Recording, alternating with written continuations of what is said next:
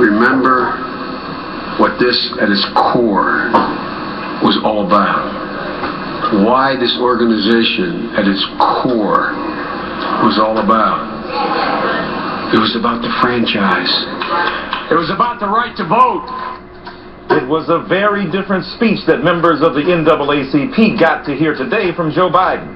The vice president delivered a rousing defense of voting rights against the vast right-wing conspiracy to keep people of color from the polls. And what an embarrassing contrast it made for Mitt Romney. What did he serve up at the NAACP? A pointed condemnation of Obamacare.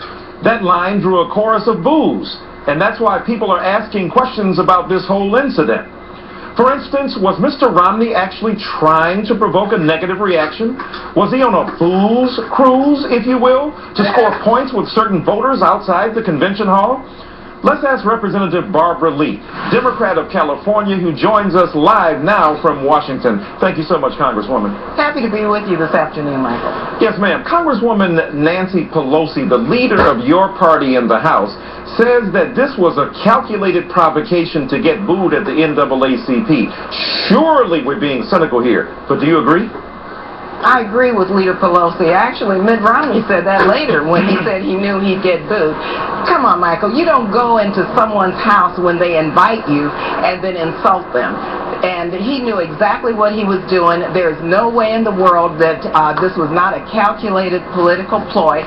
It played right into his right-wing base. He knows good and well that under the Affordable Care Act, 7 million uninsured African Americans will have health insurance. He knows that. He knows the facts. And so, yes, this was calculated. It was sinister, and I think it really showed people who he was. For African Americans who did not know Mitt Romney, they know him now. If you don't know, now you know. Of course, we can't say for sure if this was really deliberately calculated, but if it were, then wouldn't that make Mr. Romney's whole appearance at the NAACP a slap in the face, or, to use his favorite term, a kick in the gut, not just to the organization, but to African Americans in general? African Americans are very generous people, and once again, the NAACP invited him, he came, and in fact he insulted the African American community and the NAACP. And so the consequences, I think, are really very great when you look at what happened. And I think that, again, for those who did not know him, they know him now. They know his values. They know what he stands for, and they know that he would deny 7 million African Americans health care coverage. They know that he would raise taxes on African Americans.